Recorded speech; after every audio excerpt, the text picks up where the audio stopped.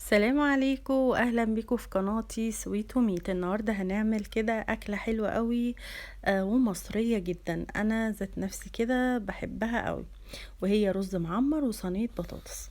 معانا هنا هنعمل اول حاجه صينيه البطاطس. مقطعين كده 5 بطاطسيات طرنشات زي ما انتم شايفين، طبعا مغسولين. وهقطع عليهم بصلايه كده حلوه، جوانح قسمتها بالنص كده، وهقطعها شرايح زي ما انتم شايفين، دي اللي بيبقى اسمها جوانح. هنقطع البصلايه كلها، وهكون محضره طماطميتين. حابين تزودوا طماطم يعني ازيد من اللي انا حطاها زي ما تحبوا، بس انا مش بفضل الطماطم كتيره في صينيه البطاطس.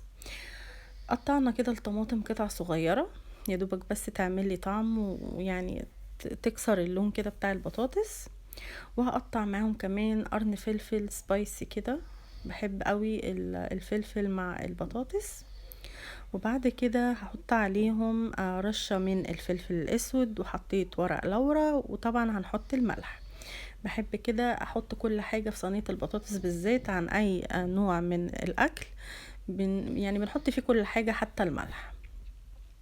وهنقلب كويس جدا لغاية بقى ما كل المقادير تندمج مع بعضها. حابين بقى تحطوها في الفرن او تحطوها على النار، وبعد كده تدوها وش كده في الفرن زي ما تحبوا. وفي الاخر هحط رشة زيت كده. حابين تعملوها بسمنة زي ما تحبوا، ممكن تحطوا معلقة سمنة وشوية زيت، بس بصراحة عشان الرز المعمر بيبقى دسم، فحبيت ان انا مزودش دسامة الاكل، حبيت اعملها بزيت بس. طبعا يبقى زيت نباتي فاتح كده حلو. بعد كده زي ما قلت لكم بقى السوا لا اما الفرن يا اما على البوتاجاز. بعد كده بقى هنعمل الرز المعمر او طاجن الرز المعمر. معانا نص كيلو من الرز المصري مغسول، وهنا الطاجن ده انا حطاه في الفرن يسخن كده شويه. وبعد كده هحط على الرز رشه من الفلفل الاسود، وطبعا هنحط الملح ونخلي بالنا يعني ما نزودش الملح عشان الرز المعمر بيبان فيه طعم الملح جدا. بعد كده حطينا 4 معالق قشطه كبار اللي هي وش اللبن.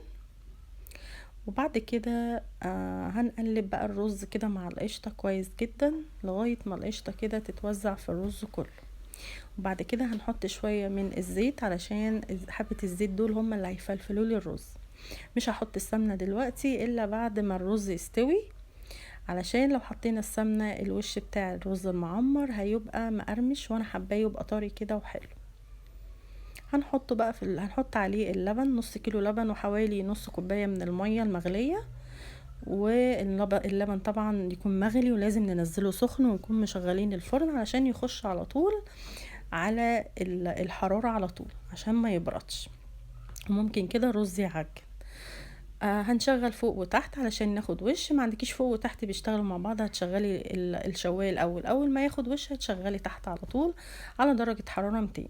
بعد ما يستوي هتحطي معلقتين سمنة كده على الوش زي ما انتوا شايفين، وهتحطي الطاجن او البرام ياخد السخونية بتاعة الفرن بعد ما تقفليه.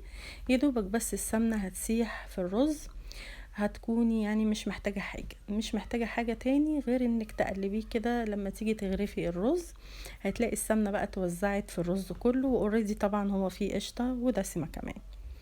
هنا بقى الفراخ بعد ما سلقتها وحمرتها، ما حبيتش ان انا اطول الفيديو عليكم علشان اوريلكم الاكله المتكامله. هنا الرز بعد ما اتعمل شايفين بقى من جوه عامل ازاي، مفلفل وكله سوا واحد. السوا كله يعني ما فيش بقى رزايه ورزايه، لان احنا مقلبينه كويس وموزعين فيه الماده الدهنيه كويس او القشطه. وطبعا اهم حاجه ما تنسوش اللبن يكون مغلي. وهنا البطاطس بعد ما اتعملت والفراخ والاكله جهزت معانا. وطبعا ما تنسوش اللايك والاشتراك، وسلام عليكم.